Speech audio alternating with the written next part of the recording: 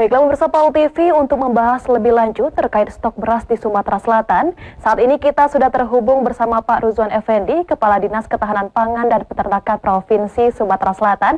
Assalamualaikum, selamat siang Pak Ruzwan, apa kabarnya hari ini Pak? Waalaikumsalam, selamat siang. Alhamdulillah hari ini terima kasih sehat-sehat Mbak Desi atau Cik Desi ya. Iya. Salam sehat untuk pemirsa PAL TV dimanapun berada. Alhamdulillah kalau dalam keadaan sehat ya tentunya Pak. Baik Pak, untuk mengawali perbincangan pada siang hari ini Pak, bisa dijelaskan Pak, seperti apa kondisi stok beras yang ada di Sumatera Selatan saat ini? Terima kasih Mbak Desi. Jadi stok beras kita sesuai dengan enumerator yang ada dari seluruh kabupaten kota, seluruh provinsi, ada beberapa di gudang pabrikan, apakah gudang besar, gudang itu, stok beras kita cukup. Baru dapat kami informasikan pemirsa bahwa stok beras kita kondisi hari ini itu 162 ton.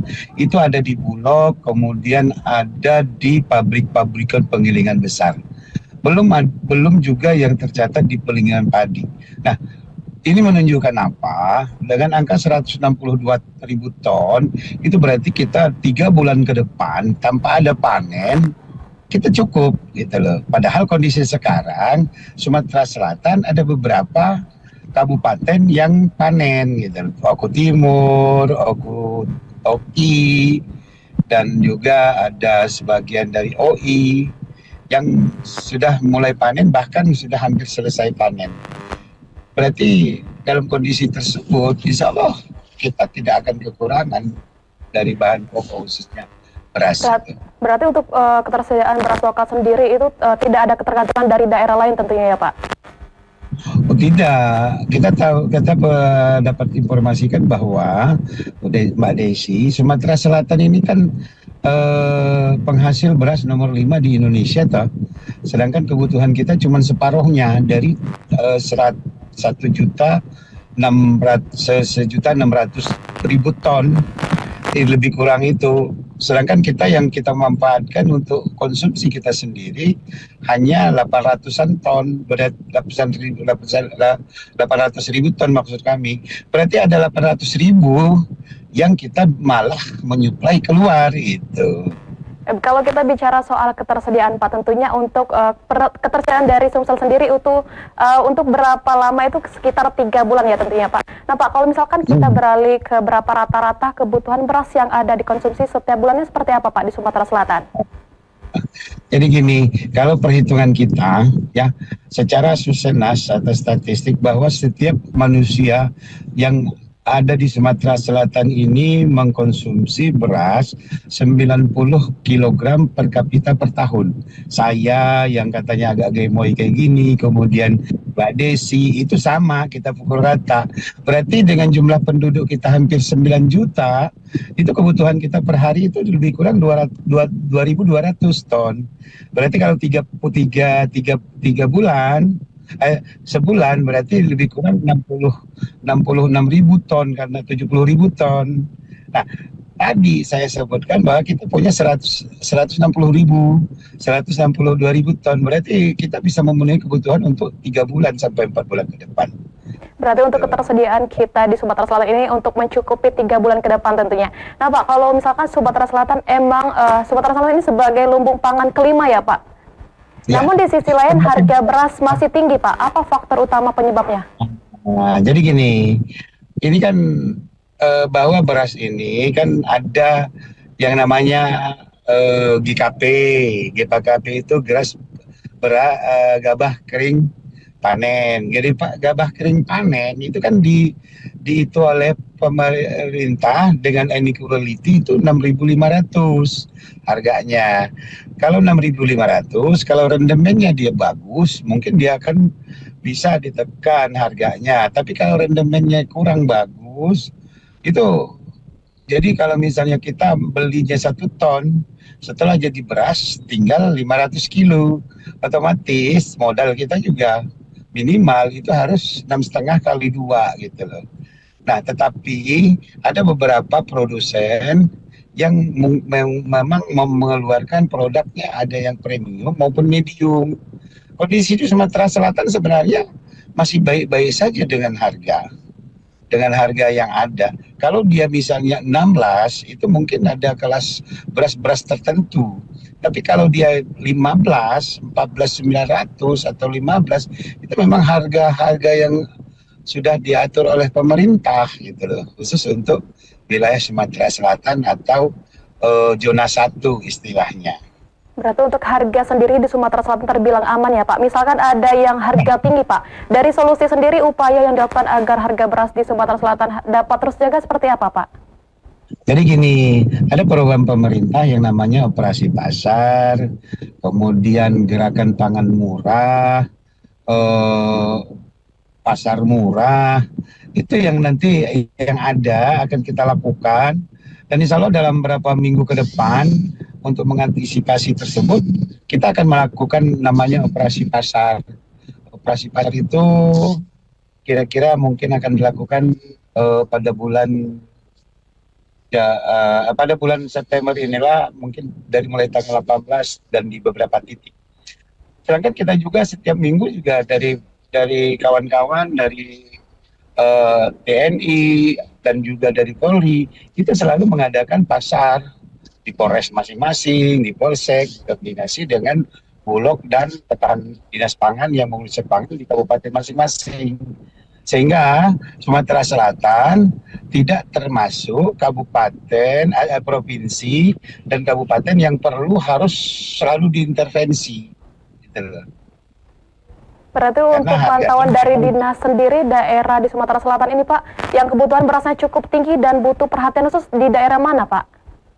Secara keseluruhan tidak ada. Dari kabupaten kita di pendistribusi sudah bagus, kemudian jalan-jalan kita juga sudah bagus, kemudian memang ada beberapa kabupaten yang kurang produksinya atau tidak lagi panen, itu bisa disuplai dari kabupaten-kabupaten lain. Dan juga kita melakukan operasi pasar, mengeluarkan beras yang ada di Bulog, yaitu beras SPHP. Gitu. Untuk kebutuhan tertinggi di daerah mana Pak, yang di Sumatera Selatan ini Pak? Kalau kita melihat jumlah penduduk ya tentunya Kota Palembang, kemudian Banyuasin, kemudian jumlah penduduk Muara Enim, kan Oku Timur, itu jumlah penduduknya yang padat, yang lumayan gitu loh. Nah, tapi di daerah-daerah tersebut adalah daerah kabupaten yang penghasil, sehingga tidak terjadi gejolak yang signifikan. Tidak ada kekurangan ya tentunya Pak di daerah Kota Palembang dan juga Banyuasin yang melakukan distribusi terbanyak ya Pak? Iya, apalagi Kota Palembang disuplai dari mana-mana dan akses jalan transportasi sudah cukup lumayan, kita punya tol sehingga tidak akan terhambat apabila terjadi kekurangan. Sehingga dan pada akhirnya Kota Palembang juga harganya tetap stabil. Ya Pak, kalau kita bicara soal distribusi Pak, beras di Sumatera Selatan saat ini berjalan lancar atau ada hambatan tertentu Pak? Seperti yang Bapak katakan tadi, sepertinya tidak ada hambatan atau berjalan sesuai dengan apa yang sudah ditentukan ya Pak? Ya jadi kita lihat gini, bahwa Sumatera Selatan alhamdulillah dengan kepemimpinan kita, transportasi itu memang menjadi perhatian. Sehingga kalau transportasinya lancar, semua pendistribusian, apakah itu makanan, apakah itu obat, dan pelayanan, itu akan lancar. Nah, apabila itu lancar, maka masyarakat juga akan merasa aman dan nyaman. Itu yang memang menjadi perhatian dari pemerintah Sumatera Selatan. Dan juga Pak, seperti yang kita tahu cuaca sekarang sudah tidak menentu Pak. Sekarang lagi tidak menentu. Apakah faktor cuaca ini juga dan musim panen ikut mempengaruhi ketersediaan beras di Sumatera Selatan? Kalau secara itu enggak, kita bersyukur kita punya tipologi cukup banyak. Kita punya irigasi teknis, kita punya tanda hujan, kita punya pasang surut, kita punya lebak. Nah, kalau dia musim hujan normal seperti ini, kita bisa memaksimalkan lahan-lahan tanda hujan. Tidak perlu harus pompanisasi terlalu itu. Kita cukup mengharapkan sudah hujan sehingga kegagalan untuk panen itu akan sedikit. Itulah kelebihan atau menjadi yang perlu disyukuri di Sumatera Selatan ini. Di samping itu juga ada lahan-lahan lebak yang dangkal, itu bisa dimanfaatkan untuk ditanam jadi IP 200 atau IP 300.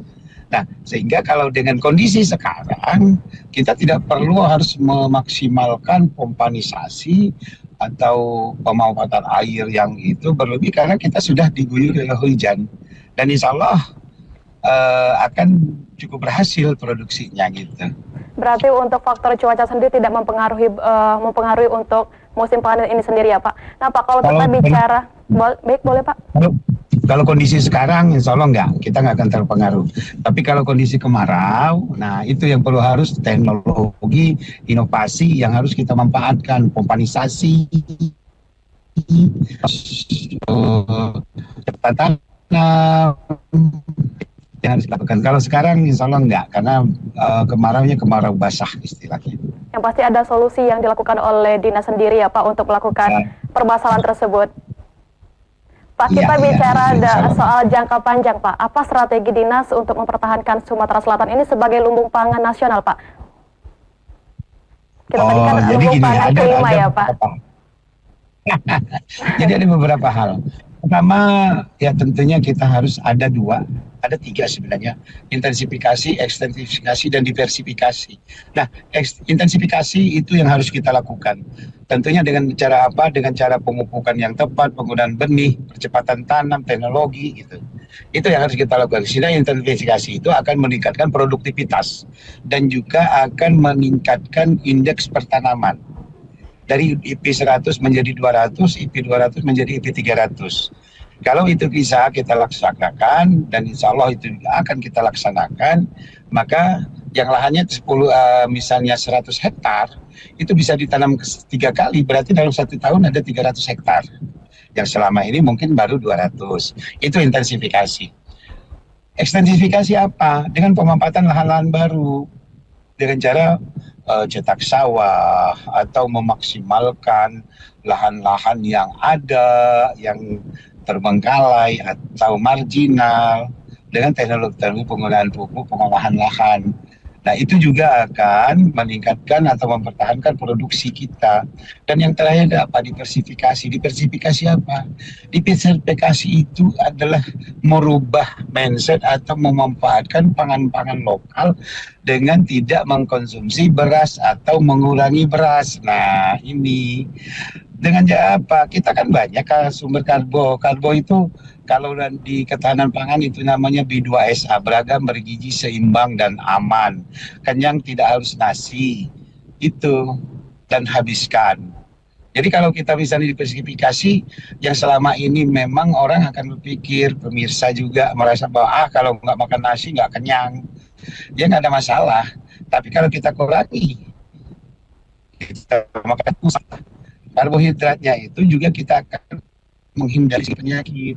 Kalau kita dengan mensubstitusi tadinya kalau misalnya makan itu 1 hari misalnya habisnya 1/2 liter misal, kalau kita diversifikasi itu bisa kita cuma 1/4 liter. 1/4 liter ini yang lainnya dari mana karbohidratnya? Dari ubi, dari jagung, dari tela, dari talas gitu, dari sukun yang memang mempunyai karbohidrat dan itu dianjurkan. Nah, dengan itu kita berarti tetap mempertahankan dan bisa meningkatkan produksi. Itu salah satu. Banyak sekali upaya-upaya yang dilakukan dari dinas sendiri ya Pak.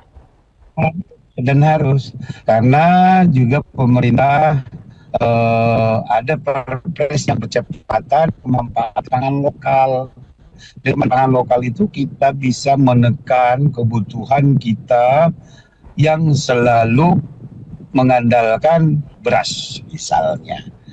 Kita bisa memanfaatkan lain dan kita juga bisa memanfaatkan lahan-lahan yang ada di tempat kita, di sekeliling kita, baik itu lahan yang sempit maupun lahan yang luas. Lahan sempit dengan apa? Kita nggak punya halaman, kita pakai polybag, kita pakai bekas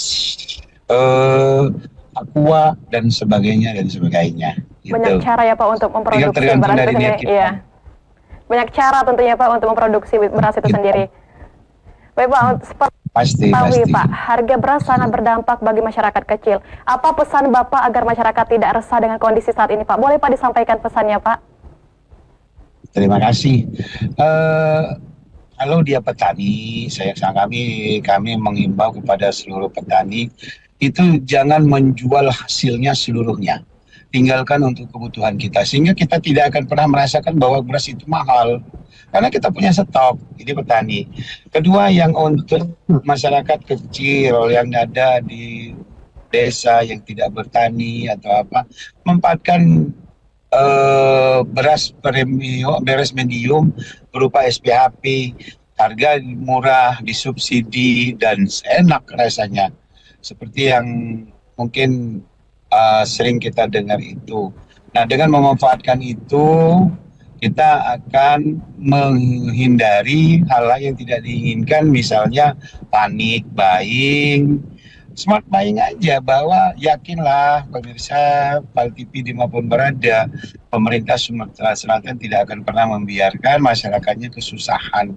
Tentunya mari kita sama-sama menjaganya itu dengan memanfaatkan program-program. Belilah beras secukupnya, jangan menumpuk, karena beras kalau ditumpuk juga nggak akan tahan lama. Iya, betul sekali Ya, Pak. kutu, akan bau. Nah, kita bisa manfaatkan untuk berbagi dengan kawan-kawannya. Dan itu kalau kita lakukan, sekali lagi pemirsa di mana berada, kita tidak akan pernah merasakan bahwa beras itu mahal.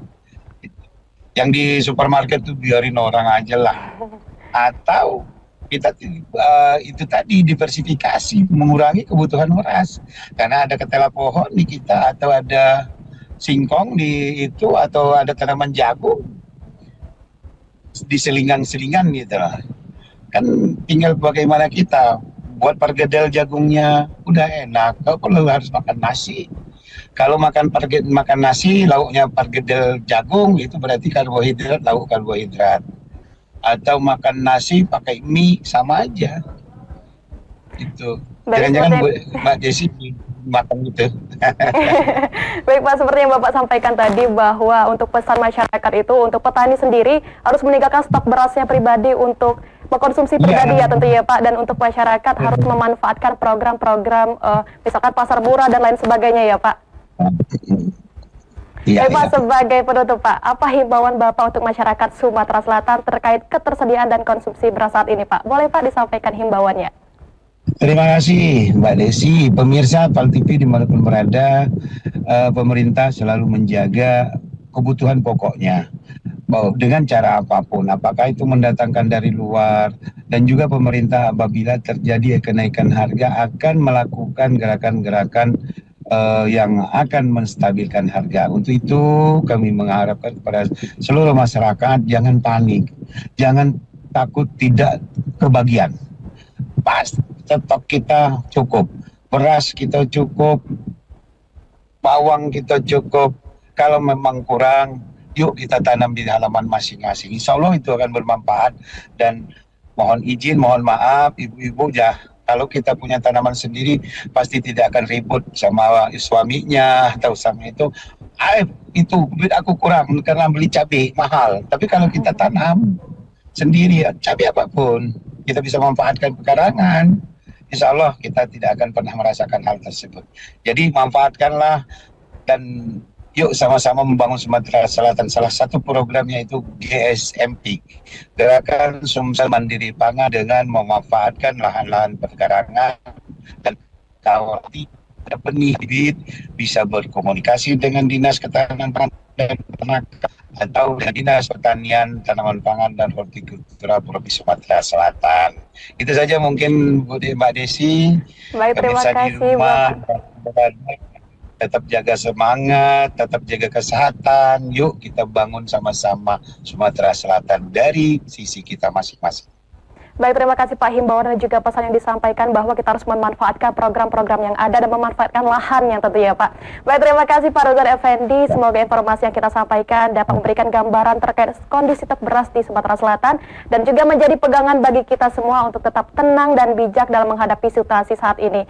Terima kasih Pak, selamat siang dan selamat melanjutkan aktivitas kembali.